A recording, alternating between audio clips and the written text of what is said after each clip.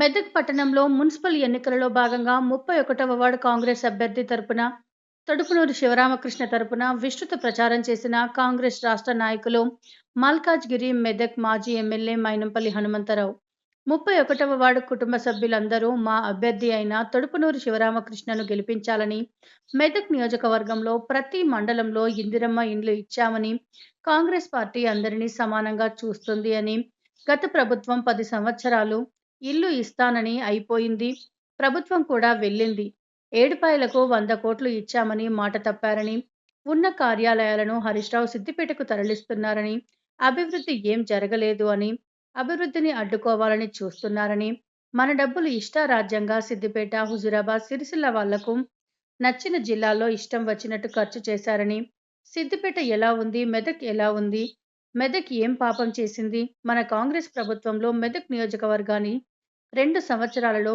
2000 కోట్లు తీసుకువచ్చామని, ఏడుపాయల అమ్మవారి దగ్గరికి ఏ ముఖ్యమంత్రి కూడా రాలేదని, కానీ మన ముఖ్యమంత్రి రేవంత్ రెడ్డి వచ్చారని, 35 కోట్ల రూపాయలు గుడికి ఇచ్చి పని కూడా ప్రారంభమయ్యిందని తెలిపారు.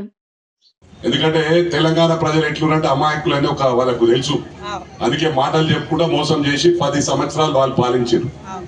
తెలంగాణ ఎవరు ఇచ్చిండ్రు? కాంగ్రెస్ పార్టీ ఇచ్చింది. కాంగ్రెస్ పార్టీని తొంగల దొక్కేసిండ్రు.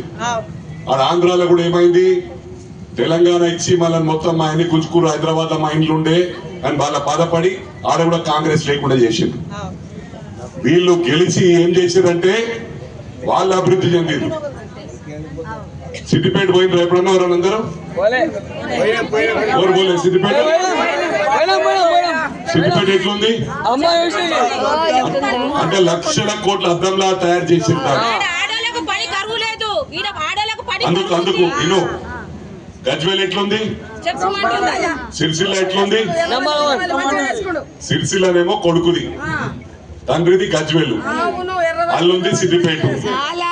ఈ 3 నియోజకవర్గాల్లో మన మెదక్ డబ్బులన్నీ తీసుకపోయాడ పెట్టి మీకు ఇచ్చే ఇండ్లు అందరికి ఇచ్చుకుర్రాడ, మీకు ఇచ్చే దళిత బంధు వాళ్ళు ఇచ్చుకుర్రు, అన్ని బంధువులు బీసీ బంధు, మైనారిటీ బంధు, ఎస్టీ బంధు, అన్ని బంధువులు అది తీసుకపోయారు. మన ఆఫీస్ మీరేమనుకుంటారు అంటే మనకున్న ఆఫీసులే తీసుకపోయారని. ఆఫీసులు కాదు, నిధులన్నీ తీసుకపోయారు. ఈడ వీళ్ళు 10 సంవత్సరాల మున్సిపల్కు 200 కోట్లు ఇచ్చారు. ఎప్పుడన్నా మేము వచ్చి 2 సంవత్సరాలు అయితే 200 కోట్ల నిధులు ఇచ్చినాం మెదక్ మున్సిపల్. ఏడుపాయల అమ్మవారి దగ్గరికి మా కొడుకు ముఖ్యమంత్రిని తీసుకొచ్చి 35 కోట్లు ఇప్పించిండు. చర్చకు తీసుకొచ్చి 30 కోట్లు ఇప్పించిండు. ఈడ 3 అర్బన్ హెల్త్ సెంటర్లు, 3 కొత్త అర్బన్ హెల్త్ సెంటర్లు. ఆరోగ్యం పాడైతే ఇమీడియట్ మీకు వెంటనే ఆ బస్తీల గాంధీనగర్లో ఉంది. అదే కాకుండా 33 kV 2 సబ్ స్టేషన్లు. మెడికల్ కాలేజ్ వాళ్ళు చెప్పారు కానీ ఇయ్యలే, మొదలు మనం పెట్టినాం, పైసలు మనం పెడుతున్నాం. వాళ్ళు పనులు చేసినాయి కూడా 30,000 కోట్ల రూపాయలు ఇవ్వకుండానే కాంట్రాక్టర్ ఎక్కి ఉండబోయారు. ఇలా మనం డబ్బులు తెచ్చినా టెండర్లు అయినా కాంట్రాక్టర్ ని రోడ్ వేయమంటే సార్ మాకు పాత బిల్లు ఇప్పి అంటారు. అంటే వాళ్ళు చేసింది ఏం లేదు, మొత్తం మా నెత్తిమే పెట్టిపోయిండ్రు. అయినా కూడా ఒకటి గమనించాలి ఏంటంటే కాంగ్రెస్ అందరినీ సమానంగా చూస్తుంది. ఇవాళ బీఆర్ఎస్ కోటేస్తే హరీష్ రావు కోటేసినట్టు అభివృద్ధి పోతుంది, కుంటుపడుతుంది. వాళ్ళు ఉన్నాయన్నీ తీసుకపోయింది అంటే వీళ్ళు ఏం మాట్లాడరు. ఆయన ముంగట ఆయన ఏం చెప్తే అది వింటారు. మరి వాళ్ళు ఏం అభివృద్ధి చెంది మెదక్ ఎందుకు అభివృద్ధి చెందలే? సపోర్ట్ పోయారు కదా మీరు, ఏడేసిన గొంగడు ఆడనే. ఇవన్నీ గమనించాలా. వాళ్ళు ఏం చెప్తారంటే వాళ్ళు వచ్చి ఏం మాట్లాడరు.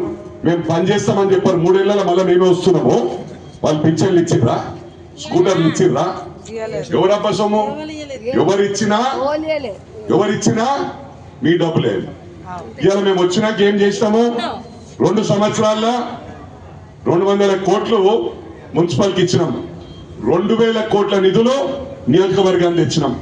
వాళ్ళు 10 సంవత్సరాల 200 తెకపోయా, మేము 2 ఏళ్లలో 2000 కోట్లు తెచ్చినాం. 250 కోట్లతో ఒక మంచి స్కూల్ తెస్తున్నాం, ఇంటిగ్రేటెడ్ స్కూల్. అంటే చాలా మంది ఏడాదికి 6 లక్షలు 8 లక్షలు కట్టి హైదరాబాద్ లో ఇంటర్నేషనల్ స్కూళ్ళలో చదివిపిస్తారు. మీ బీదవారి కోసం 250 కోట్లతోని స్కూల్ కట్టిస్తున్నాం. ఆ స్కూల్లో పేదవాళ్ళ కోసం రూపాయి లేకుండా ప్రభుత్వం తెస్తుంది. ఇవన్నీ మేము చేస్తున్నాం.